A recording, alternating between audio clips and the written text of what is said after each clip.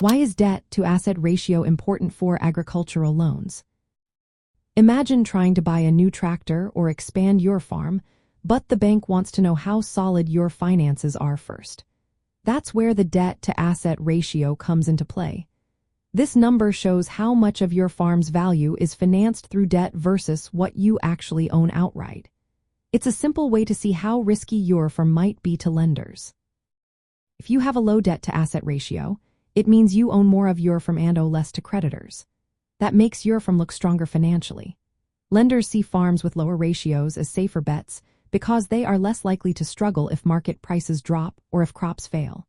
For example, if your farm is worth $1 million and you owe $400,000, your debt-to-asset ratio is 0.4. That's considered a healthy level and shows you have good financial stability.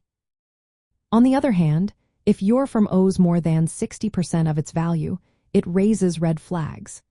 High ratios suggest you relying heavily on borrowed money, which can make it harder to get new loans or better interest rates. If your farm's assets drop in value, your net worth shrinks faster, increasing the risk of falling behind on payments or even losing the farm. Lenders use this ratio to decide if they should lend you money and at what interest rate. A ratio below 30 to 40% is seen as safe, meaning you have enough equity to cover your debts. If your ratio climbs above 60 to 70%, lenders might worry about your ability to repay and could tighten loan conditions or charge higher interest. For farmland investors, understanding this ratio helps determine if a farm is a good investment or if it might be over-leveraged. It also influences how much money you can borrow and the terms you'll get. If you want to expand or improve your farm, knowing your debt-to-asset ratio can guide your decisions and keep your farm financially healthy. In short, the debt-to-asset ratio is a key measure of how much financial leverage your farm has.